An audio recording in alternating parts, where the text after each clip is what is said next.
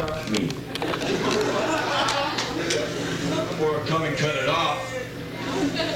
You wouldn't do that, would you? You'll just ask me to get it cut off. I'll cut you all day, so. Well, thanks for coming. I didn't expect anyone to come, but you came anyway. Thanks. Just so you know, just so we all understand each other, and you can understand and I can understand, and we can hold hands and walk along together and all that groovy shit. There's a lot of people who walk along the road of life, and there's a lot of people who gotta shine a little bit more than others. They're fucked up in their head, you see. They have some kind of weird little home life damage or some shit, so they think they're better than everybody else. And instead of just minding their own business and being cool, they go up and get on stages and play in bands and make themselves, you know, obvious, make their presence very obvious or some shit. And 10 out of 10 times, or at least 9 out of 10 times, these people are self-indulgent, full of shit, boring, pretentious, stupid, a total waste of your time, and just blowing a lot of hot air. You know that, don't you? Right. Let's see what. I am one of them.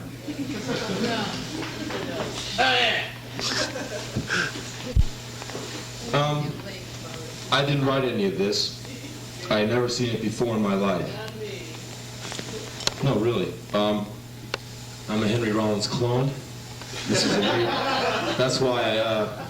that's why I'm easy on the hair so it doesn't fall off. And if I sweat, then I'm really going to look bad when these magic marker jobs start oozing.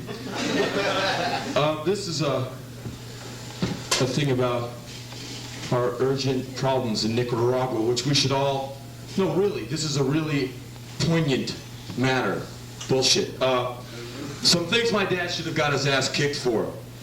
My father took me to see The Godfather when it first came out. The theater was packed full of people. I was very young at the time. The movie was underway, and everyone was very quiet. There was a large black guy seated behind us. Oh, be quiet. Shh, shh. I came a long way to do this. If you want to talk, go in the hallway. Otherwise, leave me alone. Oh, shut up! Fuck, man! Let me do my thing. I can't fight you. I only got that, and you can just mumble all the way through my thing. Let me do my thing, and don't be, you know, don't be like Cyndi Lauper.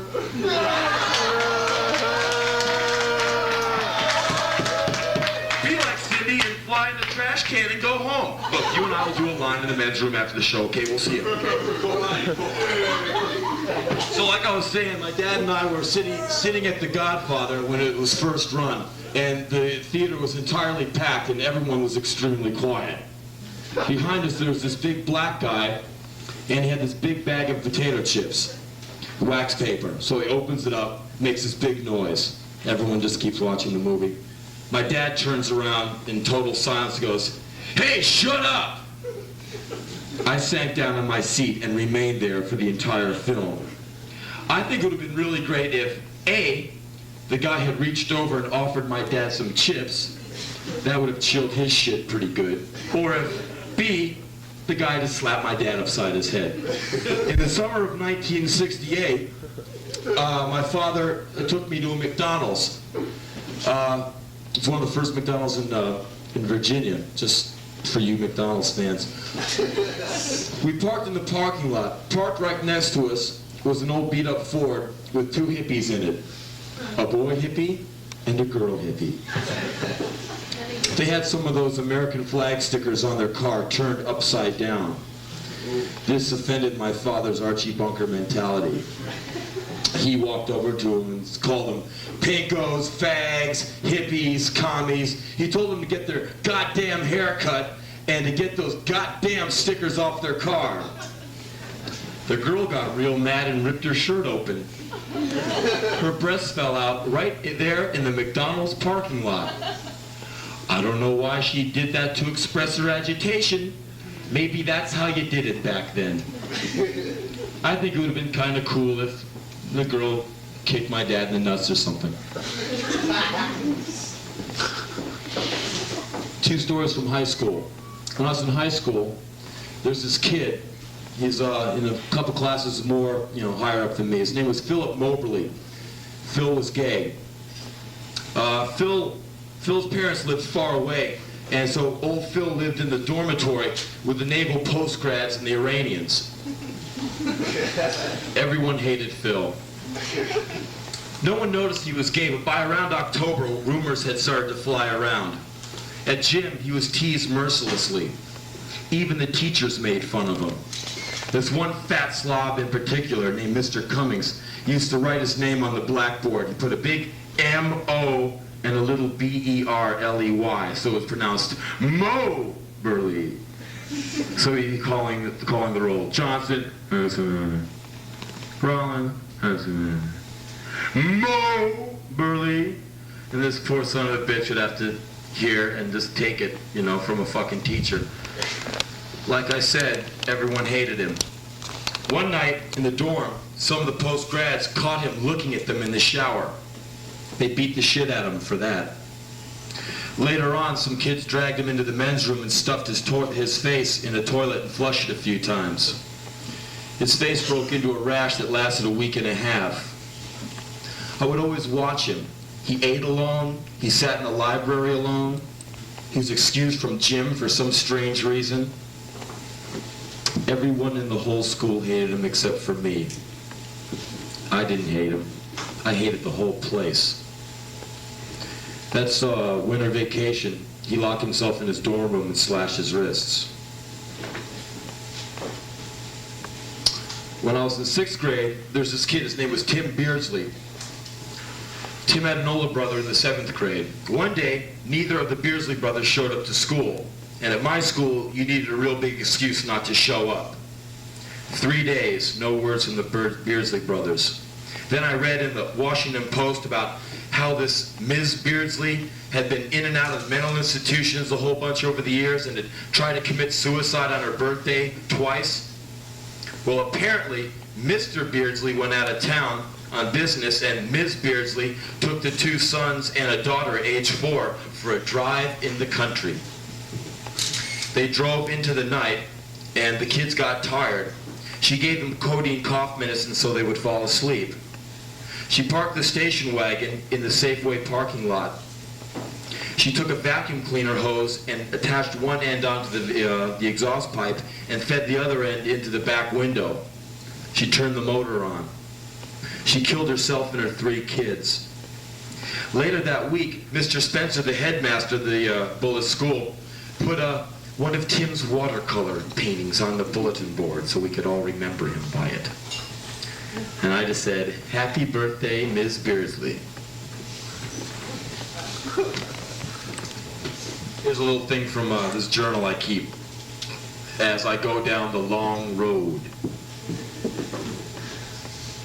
Did you guys like any of that other stuff I just read? Definitely. Okay, I wrote that. No, I wrote that. Anything you like, I wrote. Anything you don't like was written for me by Electra. No shit, really. Okay. This is from Lafayette, Louisiana.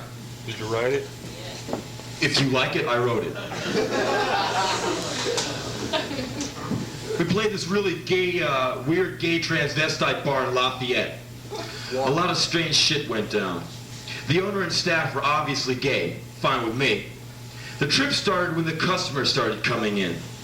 Dave, the PA man, was outside lighting off bottle rockets in the parking lot when a county sheriff car pulls up right next to him. The pig was real drunk. He says to Dave, "Is Martin inside? Tell him I'm horny as hell and I want my black boy." Dave said something, I guess, and the cop rolled away. Inside, I was just hanging around with nothing to do, so to alleviate boredom, I got a magic marker. I wrote, "Cyndi Lauper, she's so unusual," across my chest. Devo across my stomach. Quiet riot on my inner thigh. And our sound man put one of those little Devo guys with a teapot hat on my kneecap so I could go like that, and go, "Hey, baby, what do you think of that?" It's kind of like having the lady that goes like that, only you know, it's more my style. You go like, take my knee. With these new tattoos on, I went around and tried to impress the ladies of the club. I would walk up to all these girls and use these really cheesy come-on lines and slowly do the striptease and reveal my tattoos. Of course, they all thought I was a total asshole. They all thought I was serious. My last chance was this big, leggy blonde number on the edge of the bar. I walked up to her, swaggering, you know, like, you know, Anheuser-Busch youth. I said, hey, baby. You're blonde, you're beautiful. I bet you love tattoos. Take a look at this. And I showed her my tattoo thing, did the, you know. And she goes, oh, no, oh my, oh. And then she looks at me and says, you better take it somewhere else, fella. Yeah, well, anyhow, later on that night, he took off his skirt and paraded around the club in just a pair of black panties and this real big bulge. I had a lot of good one-liners that night. The next night was San Antonio, Texas. The show was pretty cool until the pig showed up and stopped it. We have played in San Antonio 3 times in the last 3 years and have never completed a set. Last night we played in Austin, Texas. The playing was good, I thought. There was a black guy in the crowd up front. He sang along with almost every song. People who were dancing were cheap shot hitting him as they went by. He knew it, but took it just so we could see the gig up close. Some people are real assholes. The pig shut down the show a few songs from the end of the set. Some people threw bottles at the singer in Black Flag. One hit him in the nuts. How'd it feel? Well, he unsnapped the mic and went into the crowd and looked for the bottle thrower so he could put the mic through his face. No luck for Rollins. Just so you know, when I was in 4th grade, my mother assumed that I was crazy and she sent me to a psychologist or analyst or some kind of shit. My mother said, you're getting out of control. You don't smile. You're destructive. What the fuck was there to smile about? I went to school with a bunch of suburban white kids who were all smarter than I was. I went to their little birthday parties because my mother made me. I went to their school. I did not fit in. My mother said I fit in. My mother said I needed to go to a doctor. So to the doctor I went. It was a lady. She was as old as my mom. I felt like I was with one of my mother's friends from work. Right. First question. Henry, do you masturbate? Masturbate? I'm in 4th grade. You know, remember 4th grade? Last week? Remember? You didn't? Okay. It's okay to do, you know.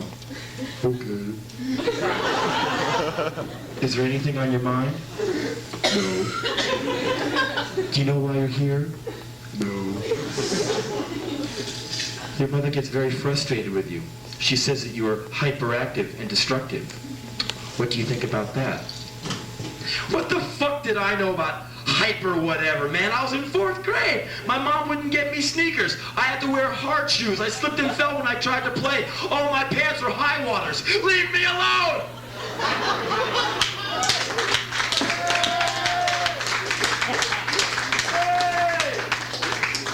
I could say anything I wanted to, so I said nothing. She would try and show me sex books and tell me about masturbation. She was really into that shit. I bet she got off on it. The office was at her house. Her daughters would come home from school right when I would get there. I sat in the hallway. They were about my age. They snickered as they walked by. I wanted to kill them. I hated my mother for making me go to see her. My father found out that I was going to see a shrink. He and his 3rd wife would tease me about it. I hated them. The kids on my school bus found out and they teased me and hit me and called me the crazy man. I hated them. I didn't dare miss an appointment. My mother would probably get one of her boyfriends to work me over. I hated them. I went to that lady for 2 years. Lots of talk on sex and my mother's boyfriends. She put me on Ritalin, a drug for hyperactive people. They made me depressed and quiet. I hated them. She goes to the 7-Eleven. She buys a 6-pack of Miller High Life, a box of tampons, and a pack of cigarettes. She walks home to her dingy room she rents at the Edison Hotel. She sits and drinks and smokes and bleeds and watches the sun go down. It hurts to be alone when it's cold outside. It hurts to be alone when it's cold inside. It hurts to be alone when it hurts to be alone. Right. Yeah. All right. Now we're coming to the little entertainment section of our show. Yeah. Kowski.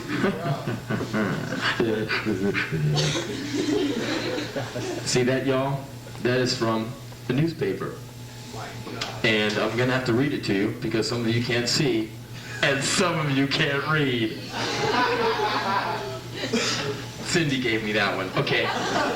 This is from the Lincoln, Nebraska Daily Journal. No shit. Lincoln woman buys gun, kills self outside Kmart.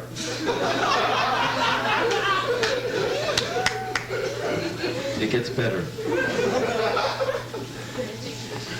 A Lincoln woman apparently committed suicide Monday with a 12-gauge shotgun in the parking lot of the Kmart store at 4601 Vine Street. The woman's husband found her body when he took the couple's young son to the store to look for birthday presents. Catherine Arnold, age 28, of 4853 Baldwin Avenue, apparently rode the motorcycle to the Kmart where she purchased the single shotgun, police said. Then she apparently went to the parking lot on the east side of the building, sat down near a retaining wall, and shot herself. Mark Arnold saw the motorcycle in the parking lot and asked Kmart employees to page his wife. When she didn't answer, he went to the parking lot to look for her and found the body. The clerk who sold Miss Arnold the gun said she appeared calm and didn't act as if anything were bothering her. According to the clerk, Miss Arnold asked if it would be a good weapon for skeet shooting. Records indicate that she bought the gun at about 2:46 p.m. A man in the Kmart parking lot reported later that he had heard what sounded like a gunshot or car backfiring around 2:50 p.m. Police received a call that a body had been found in the parking lot about an hour later. Right. I didn't write it. It sucked. Well, the poor journalist in Lincoln, Nebraska wrote it. Now we're getting to the good stuff. She missed the sale. God damn it. Okay, a quick recap for all of those on Glue. On the day of October 1st, 1984, Catherine Arnold bought a single-gauge shotgun at a Kmart parking lot at a Kmart in Lincoln, Nebraska. Catherine, 28, mother of a son, took the gun into the parking lot of the Kmart, sat down against a retaining wall, and blew her fucking brains out. On October 2nd, I came to Lincoln, Nebraska to play at a club called the Drumstick. I sat most of the day in the Drumstick writing. Now and again, I would hear snatches of conversation about how this lady blew her brains out. I asked the promoter about it. He told me it happened about 100 yards from the club. Later on that evening, some people were telling me about it. This kid came up to me with a McDonald's cheeseburger wrapper all wrapped up. He opened it up. Inside was some of Catherine Arnold's brains. After the show, I took a flashlight and went out to the Kmart parking lot. I walked down the lot parallel to the retaining wall. I saw chalk markings on the pavement where the motorcycle wheels had been. I made a quick right and hopped over the wall. I shined my flashlight against it. I found the spot. The wall was tinted brown from blood and gunpowder. The grassy area around the stain had been clipped. There was a sliver of brain still stuck on the wall. I peeled it off. There was a very strange smell in the air. I've never smelled anything quite like it before. I felt around in the surrounding grass area. I found some portions of brain tissue. I sat there alone with the remains of Catherine Arnold and that smell. It seemed to be in my pores, in my brain. I remember getting the feeling that this was a very special place, like some kind of hallowed ground. I wanted to stay longer. I wanted to sit down exactly where she had, but at this point I was overcome by a feeling of being watched from the trees or from someplace outside the distance of the flashlight's reach. It was time to leave. I picked up the pieces of brain tissue from the grass and went back to the club. Waiting outside to leave, I sat down and thought about the whole thing. After a while, the blood would wash off the wall and the grass would grow back, and it wouldn't look like anything out of the ordinary had happened. Maybe some kids would come there in a car, park, and drink some Coors Lights, and they would sit on the retaining wall, legs dangling over, ankles hitting against the spot where Catherine's head had rested. I wondered if the partiers would become aware of an odor of indescribable nature. I wondered if they would just get up without a word and get the hell out of there. I found the article on Catherine Arnold in the local newspaper. I cut it out and drove all night to Minneapolis. Here's a letter I wrote to her, which she never got. That's why I still have it. Dear Catherine, who would ever think that your trail would end at Kmart? Did anyone tell you? I mean, if you were alive right now, if you hadn't blown your brains out of your skull with that shotgun that you put to it, would you have believed that you would have done such a thing? Catherine, you didn't see what I saw. Girl, some kid had a hunk of your brains in a McDonald's cheeseburger wrapper and was showing it to people. I went to the place where you shot yourself. You know the place I'm talking about. You were there about 26 hours before me. Catherine, I searched through the grass with my hands. I found pieces of your brain covered with dead grass and dirt. I peeled a piece of your head off the wall. You might be interested in knowing that your husband found you. Imagine what he saw. You with no head, brains all over the place. Catherine, I hope you're not angry with me. I kept part of your blasted up brain. I wrapped it up in a piece of tinfoil and put it in my backpack. I think about you from time to time. Hey, you made the local papers and everything. Who would have thought your trail would end at Kmart? This is about one of my new friends. Alienation? Not new, but he comes around every once in a while. I think, do you know what I'm talking about? Okay, cool. You don't have to say anything. I think we understand each other. I sit in a different jailhouse. I wrap my fingers around my jail cell eyes and beat my tin cup against my ribs. Someone left the gate to the fields of humanity open. One night, I crept in with a jailhouse mind, with a thought, with a wish. I slaughtered the fields. I burned them to the ground. Look at the people at Hollywood and Vine, dancing in the fields like a human harvest. I watch all of those in attendance through scarecrow eyes. The fields are on fire and everybody's burning.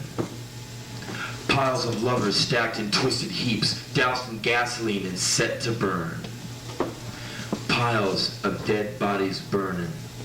I listen to the oily crackle of smoldering hair and flesh. I'm still alive. I'm too shallow to burn.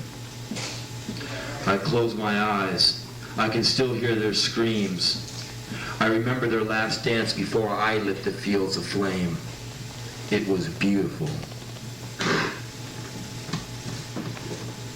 Chapter 2, or some shit. Oh, thanks, man.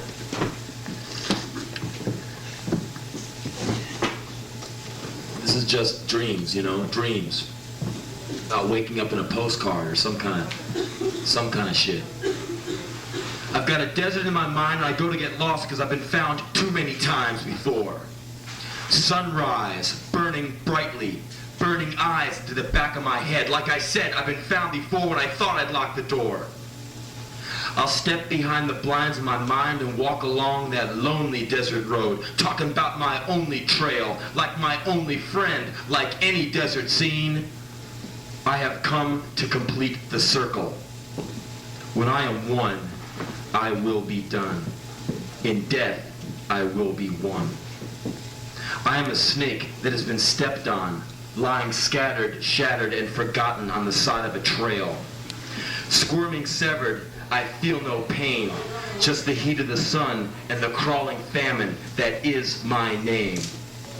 Dig. He walked down a hallway. He stuck a key into room 21361. He sat down at a small table in the middle of the room. He got out an old paper bag or some shit, wrote on it, sorry, couldn't hold on anymore. He pulled out a .38 caliber pistol out of his coat pocket. He stuck the barrel in his mouth. He pulled the trigger. Click! No bullet. He flipped the paper over and wrote, memo. Buy bullets on way home from work. Tomorrow, he would get it right. This is about... Oh, thanks. Yeah! This is about numbers. Like H&R Block, like our only friends, like your calculator, like your watch that never lies to you. Numbers, like they're your buddy. They're your buddy. Don't fear numbers. Don't fear your arithmetic books. They're your pal. They're your pal. You know, all the time. You know what I'm talking about? Cool. Numbers are perfect, infallible, and everlasting. You are not. Remember that. Numbers are always right in the end. You may see an incorrect figure, but that is not the fault of the number. The fault lies in the person calculating the numbers. How many times will your heart beat during your lifetime? Of course you don't know. But there is a number that will provide you with a small bit of information. Numbers are dependable. The sun may explode. You may lose your job. You might not be able to get it up ever again. But at the end of the day, 5 is 5. Got it? Good. Numbers do not cut in line at lunchtime. Numbers do not write bad checks. Numbers sound cool, like when a fucking pig gets a call on his pig radio to go answer 511. You and I could go buy 16-ounce coffees at 7-Eleven. When I am in a party or soiree, I always wear one of those little stickers that has the martini glass with a little mouse asleep in it and the words, "Hi, my name is..." And underneath the printing, I write in with my own hand, 21361, so I can say, "Hi, my name is 21361. What's yours?" And you can say to girls or guys, "Hey, you're really the bee's knees. What's your number?"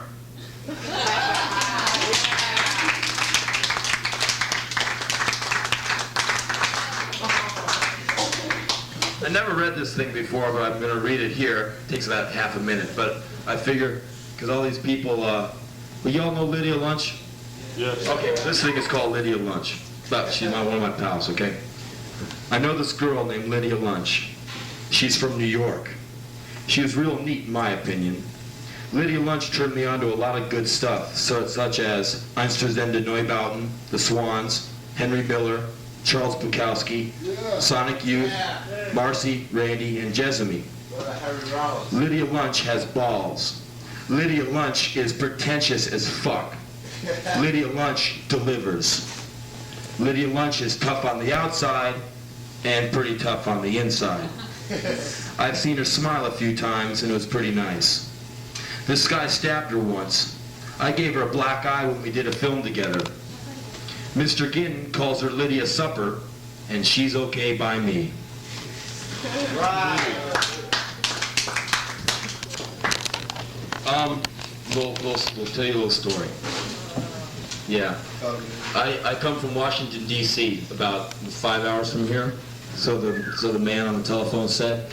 And about 3.5 years ago, I joined this band called Black Flag. And, And I grew up in Washington, D.C. for like 20 years.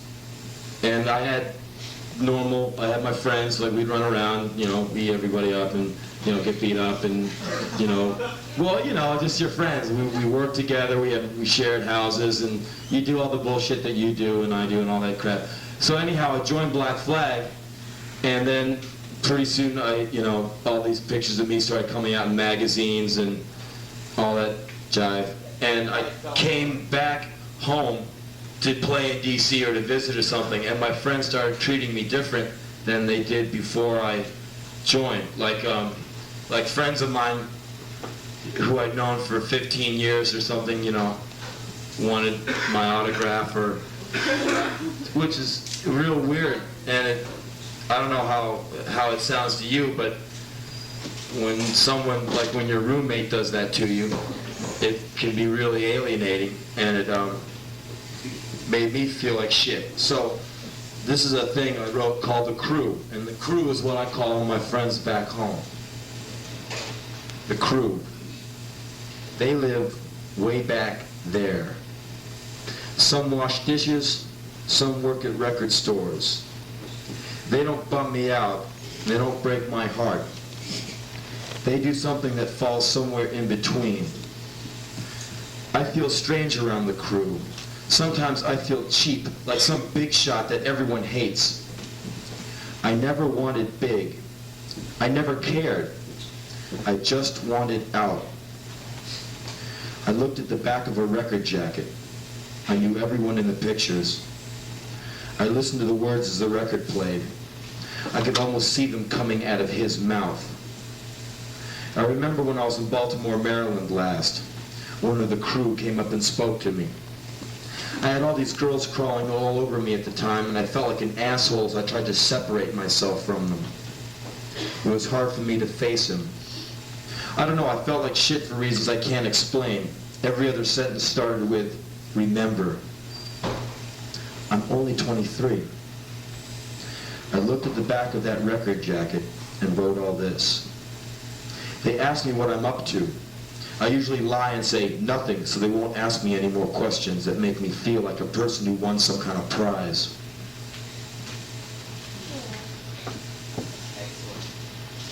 This is 3 little stories about the little man who worked at the ice cream store. Everyone go, oh. That just sounded like that little underground song, The Gift. Remember the guy gets bummed out about his woman, and John Keel goes, oh.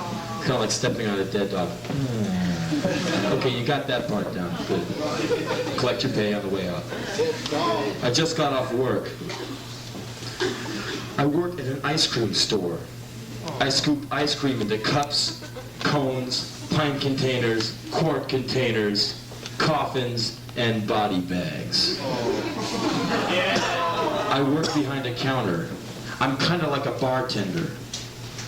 I watch the pretty girls pass the window that looks out onto the sidewalk. I'm the guy in the ice cream store. I've been here 11 hours. My legs ache. I just got off work. It's 2:30 a.m. I'm hungry, so I go to the only place that's open, 7-Eleven. I get the same thing I get there every night. I sit alone on the curb and eat. I have to walk to my apartment. My apartment is home. I don't want to go home. Home is dark. Home is lonely. Home is cold storage. I'd rather go almost anywhere except home. I just got off work. I signed on for extra hours at the ice cream store so I could have somewhere to go. I go back into the 7-Eleven and get a Coke for the walk home. It's a long walk. I don't want to go to the apartment. The apartment knows I'm coming. The apartment knows I have nowhere else to go. Now the apartment is smiling. It shuts off the heat and waits for me to fall in. I leave the 7-Eleven and walk down Wisconsin Avenue. I walk past the ice cream store and check the door to make sure it's locked. I just got off work. I hate my life. I hate myself. I feel ugly, unwanted, mad, mean, cold, and condemned. I make the walk to the apartment. I pull out my folding shovel and dig down 6 feet to my front door. I just got off work. Okay, this thing is called Fuck you, Alan! My God. I've been here all day. It's 6 p.m. I look forward to getting off work. It's cool not to work at night for once. I got nowhere to go, but still. I'm waiting on Alan to come in and take over. It's 6:15. He's 15 minutes late. Fuck you, Alan! 45 minutes later, at 7 p.m., Alan comes in. He's bleeding from his eye. His forehead is caved in. Alan also works at this fancy schmancy shoe store up the street.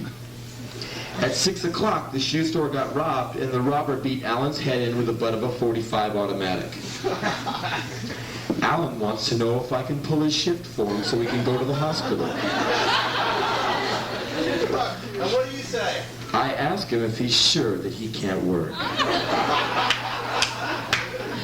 Alan stares in disbelief that I would ask such a question. Alan goes off to the hospital in a cab. The night shift is here. I might as well be here. I don't need the extra money, but the store beats the apartment. But still, fuck you, Alan!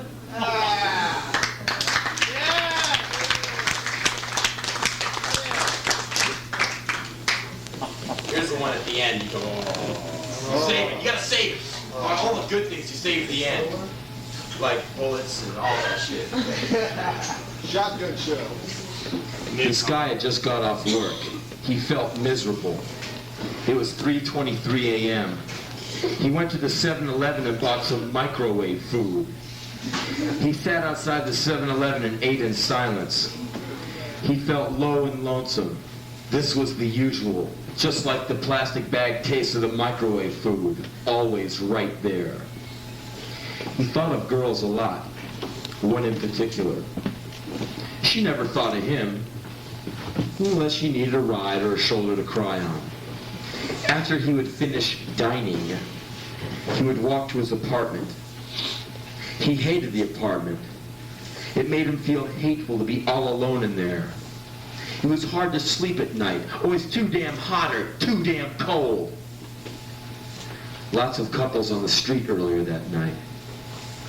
He would watch them pass by his work. They made him feel ugly, inhuman, like trash. He got up and started on his walk home. He had to cross Key Bridge to get to the apartment. Key Bridge passed over the Potomac River. Almost every night he crossed the bridge, he contemplated throwing himself off. And that night he did. No, really. Just hopped over the rail, stood on the edge, and walked off. No shit.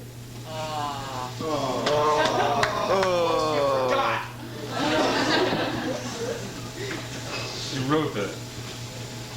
Did you like it? Yeah. All right, goddammit. Now, this takes place on October 3rd and 4th, 1984, and it happens in a land far, far away, where a strange people live. America. It's a region called Ventura. the Midwest.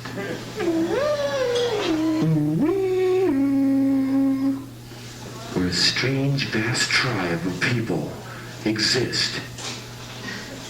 Where do they come from? Kansas City. This week, Jacques Cousteau and National Geographic go into these regions. This week on Channel 7, the Midwest, people from nowhere.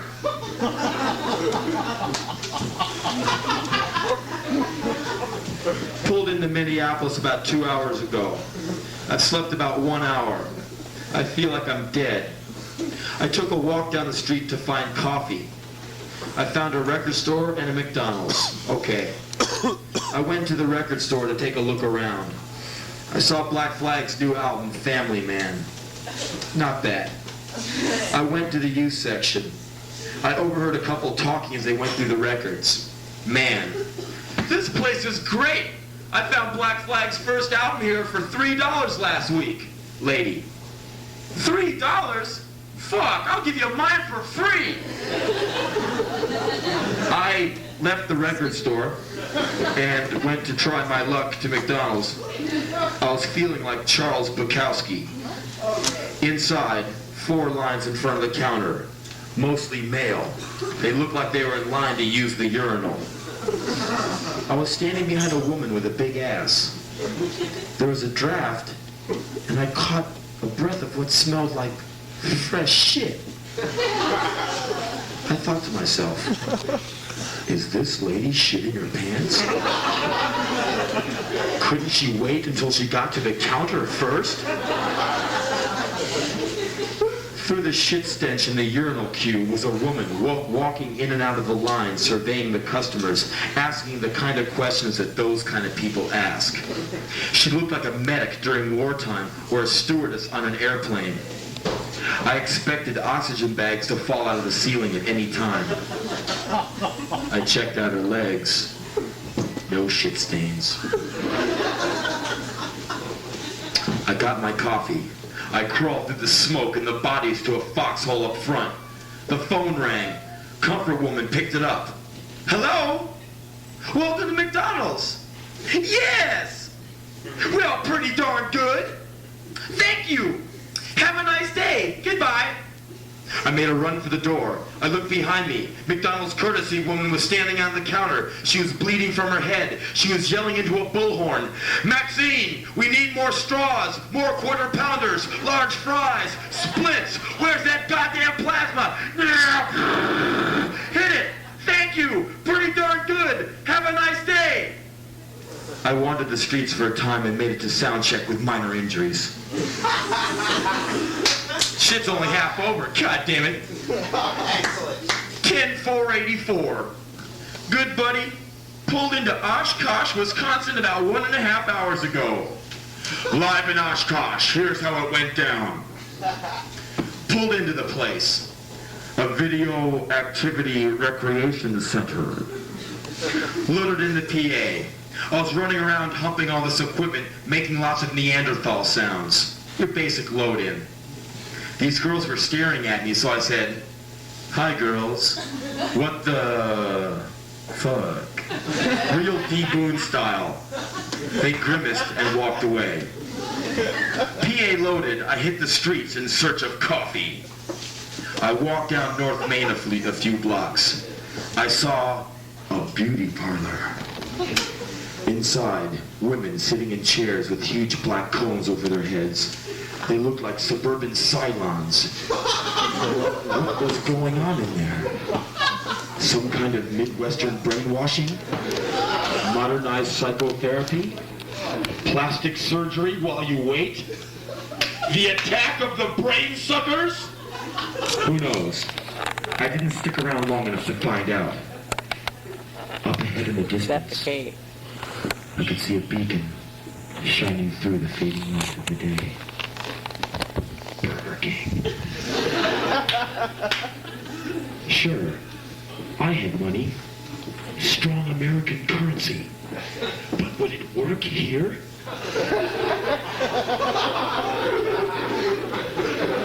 I ventured in. The man at the counter was so nice just over a cup of coffee that it made me cringe. I sat down with my coffee. A man and his son went to the counter and ordered food. The guy behind the counter smiled at the little boy and said, "Hey, I've got something for you. Do you like candy? Here." He gave the kid a red lollipop. I felt like jumping up on the salad bar, whipping out my cock, waving it in the air, and going, "Hey, don't take candy from strangers, you little shit!"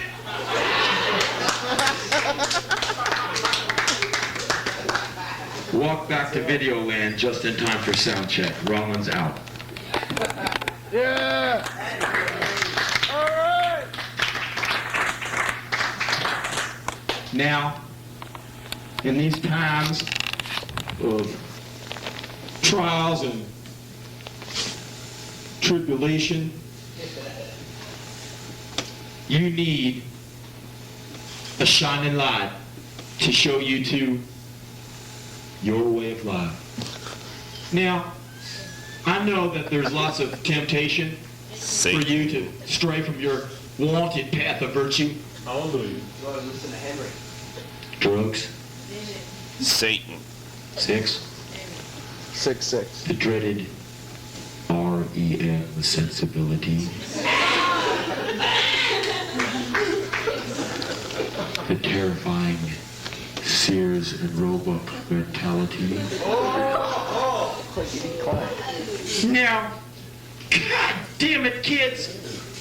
I see you walking around with goddamn syringes hanging out of your arms, goddamn colored hair, semen flying all over the place. Jesus Christ!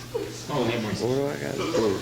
Look through. Now, you know, Let's go. I see, you know, when I look at you kids, you know, when I look at you kids, I see a lot of wholesome kids, a lot of good Wonder Bread eating kids out there, and, you know, it makes me feel bad, no, really bad, to see you bogged down in this crap.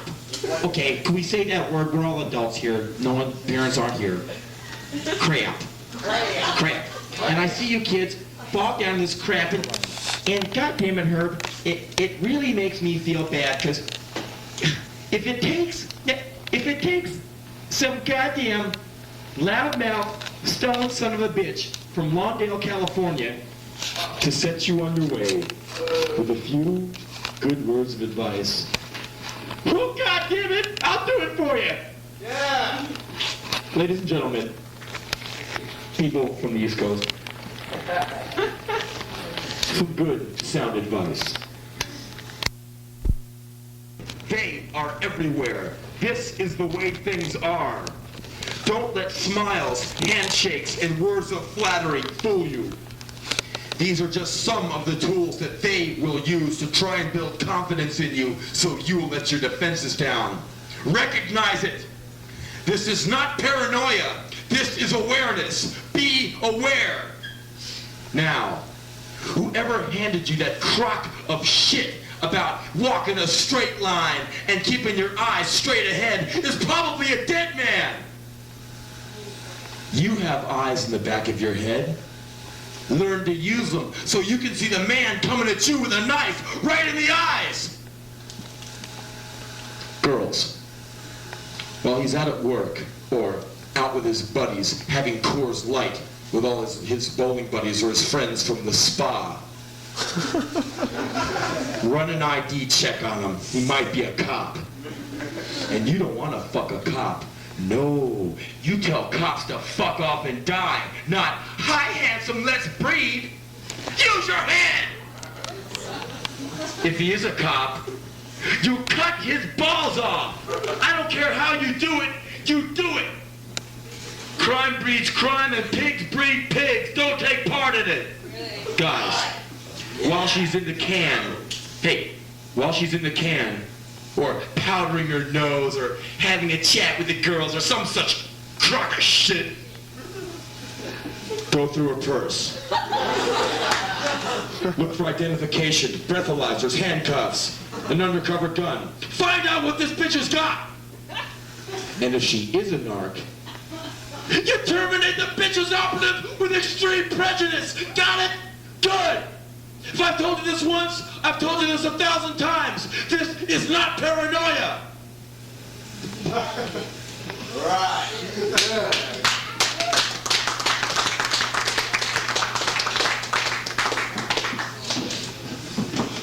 The man liked his uniform.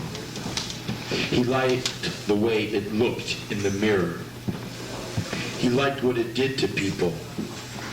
He got off on the fear and hatred and jealousy in their eyes. He liked to touch his gun.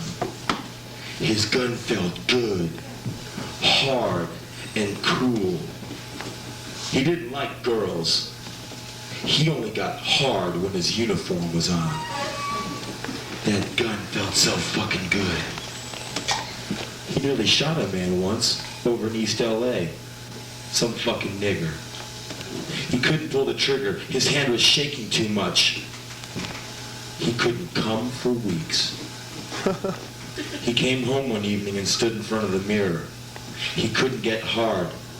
He tried different poses with his sunglasses on and off. Nothing. He closed his eyes and stroked his cock and remembered that night the summer before when he had that dude down on the sidewalk. He had the gun at that dude's head, and he whispered in his ear. He said, make one move, you fucking piece of shit, and I'll blow your fucking brains out. His hand hadn't shook. He was hard. It felt good. So good. Still, no erection. In a flash, he was down on his knees, the barrel sliding in and out of his mouth. So hard, so smooth, so good. The gun came in his mouth. I've got a cock. It makes me want. My cock hurts my feelings. My cock burns me up. My cock makes me feel small. My cock fucks with my head. I've often thought of cutting it off. Cock! Roaches are your gods. You are weak. You should pray to them. They are a more perfect life form than you are. You are fucked up with your idiotic idiosyncrasies. You have analysts, tranquilizers. You need vacations. You start wars. You commit suicide. You steal. You lie. You cheat. You are weak. You cannot survive. You are too busy hauling around that big brain of yours. You have to build jails to keep your own kind from killing you. Man, you kill everything. You live in fear. You could never live with the simplicity and the beauty of the roach. You have abortions. You engage in meaningless activity. You are weak. Cockroaches are your gods. You are not even fit to kiss the smooth belly scales of the mother roach. You are repulsed by them. You fear them, little tiny bugs. There are more of them than there are of you. You get squeamish at just the sight. They make you sick. You are weak. Cockroaches are your gods. Please give up your plate of food to them. Whether you do or not, they will survive you and your stupidity. You try and kill them with gas and poison, just like you do to your own kind. Only unlike you, the roach comes back, stronger, faster, more immune. You watch television. You lock your doors to protect yourself from your own kind. You put needles in your arms. You sell your bodies. You find new and inventive ways to mutilate yourselves and others. You are weak. Cockroaches are your gods. Yeah! I'm looking through the window at these guys sitting at a bar. They stare into the darkness. They smoke. They drink. They try not to exist. They drink and curse and burn and weep and drink and hate it and drink and grind their teeth and drink and wring their hands and drink and live a slow life like death and drink and sink into their stools. Yeah!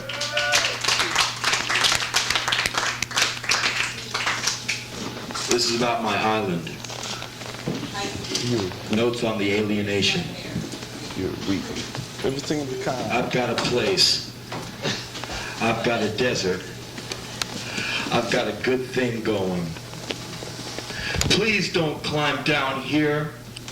You put me on the outskirts of town and now you want in? You think you do. I'll turn your lights out. I'll take your virginity away again. Can you dig it? I live in a hanging garden, suspended from your world. In alienation, no Sears and Roebuck dreams, no credit. In alienation, I am whole, complete, full circle realized. In alienation, in the alienation, in the peace of 21,361 minds. It's only cold in your world. When I'm with you, I'm cold, alien. Your world is such a lonely place. When I'm there, I am cold. You are a bad trip. That's why I quit you. That's why I spat you out. That's why I went upriver, into the desert, into the jungle, into the sun. I exist in alienation, but I'm not alone. I got a concept. I'm joined by all of those who know that paradise lies in her eyes.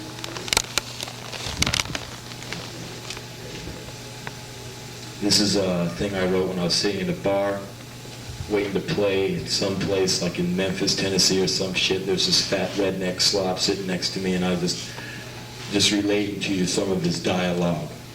Okay? I'm being him right now. Actually, I just wrote this about myself. Some thin, skinny slob doing the same thing. It's happy hour. I'm sitting at the bar. I am happy. Drinks are 1/2 price. It's happy hour. I'm watching the game on TV. All my friends are here. Boy, are we getting fucked up. I now have enough courage to kind of flirt with the barmaid. She can't see how my stomach folds over my belt. That particular view is obstructed by the height of the bar. I call her Boo-Boo. She calls me Yogi. I think she likes me. She talks about this singer named Prince. Some nigger on MTV. I'll buy her some coke. She might fuck me then. I have a wife.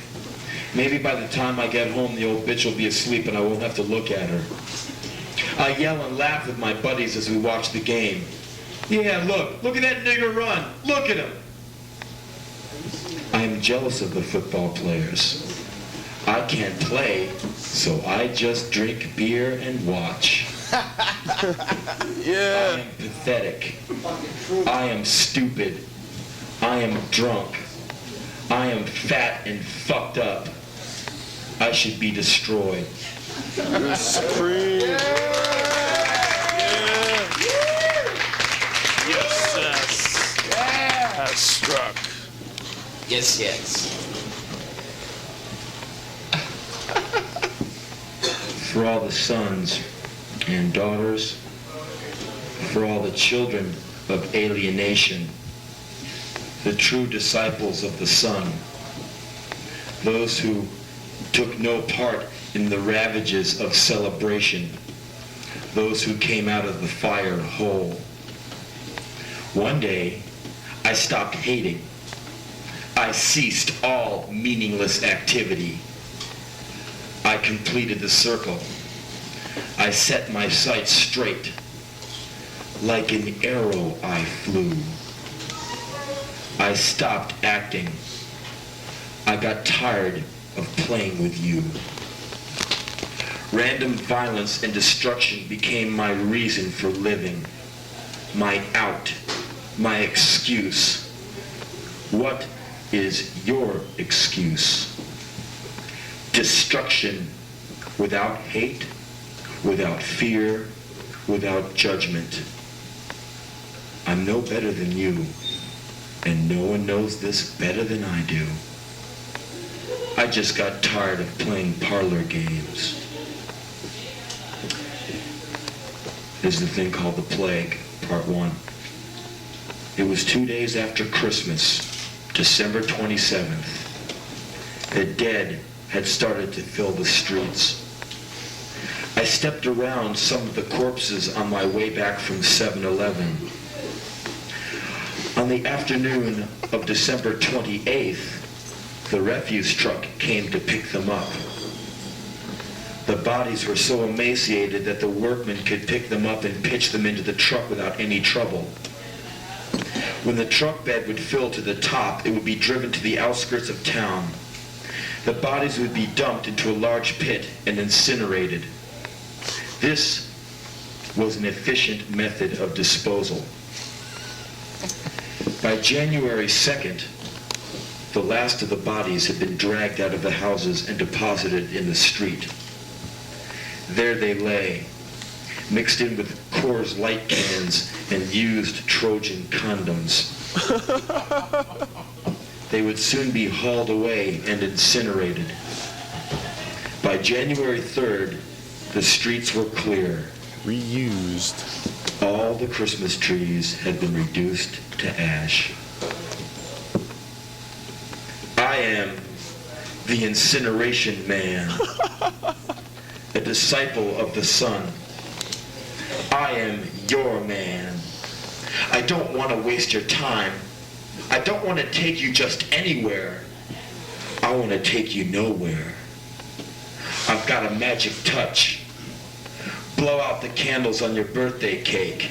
Get in the car. We are gonna flame, brother. Yeah!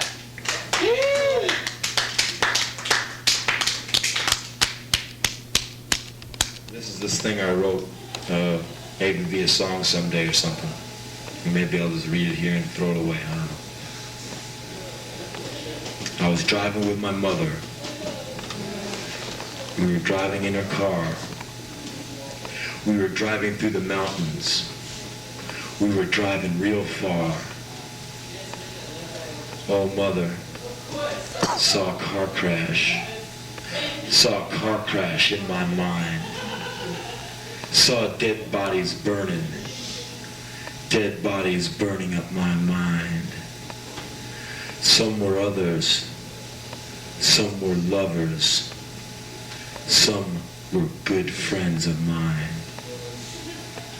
Mother, got dead bodies burning up my mind, and now I'm burning up, and now I want to burn the whole world down. Oh, mother, remember that man? Your boyfriend? Your lover man? That hot, hot man? He used to fuck you so good. Yeah. He used to beat me with his belt. I'd hold on to a corner of the bed, and he would beat me until I bled.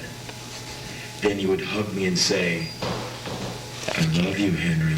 Suffer. I love you, Henry. Oh, mother, it feels so good to be loved.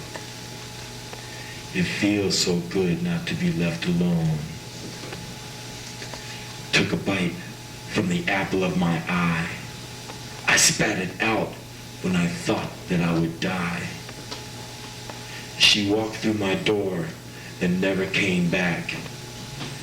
And now my house is turned to black. Lights out now. There's a hole in the ground and I'm falling in, just as fast as my soul can pull me down. I'm looking for the forever man. I am looking for the forever man. Hey, waiting on the burning man. In a dream, he touched me with a burning hand. Yeah!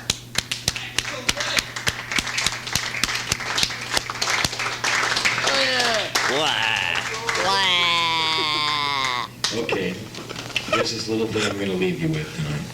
Alright. Wait a minute. I'm getting the correct character for it. The SS struck. Dig my hippie shoes that Yes, yes. my stepfather made on me for free. Uh-oh. You need a rope, Henry. This church Big picture, yeah. I don't have the You camera. need about 9 more pens, some zits, thick glasses. Get the camera. Yeah. And when women tell you they're not into sex, you don't believe them. That's Well, why. You always stand. You're weak. You let them know that you mean business. All right. This is a little thing that I hope y'all take home with you so you can think about it and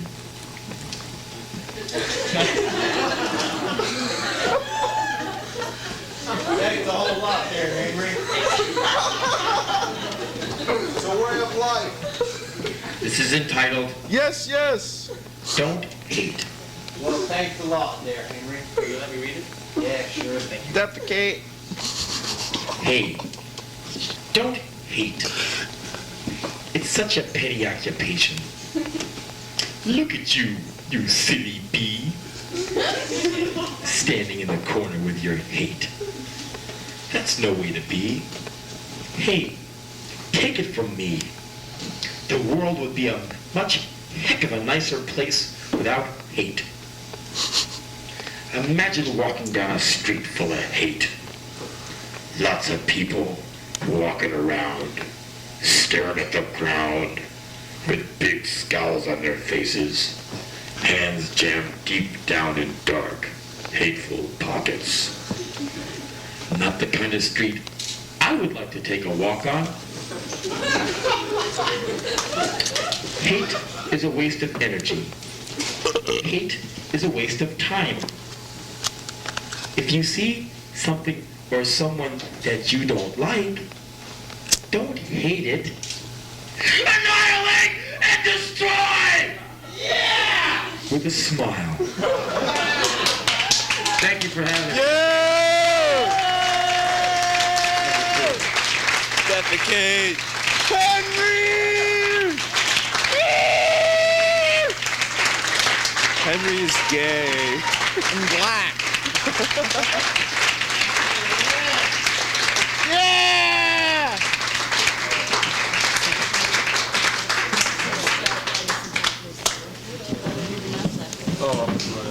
Oh yeah, Henry. Where's the encore? I don't know. No encore. All right, Henry. Good luck, man. Whatever you do from now on.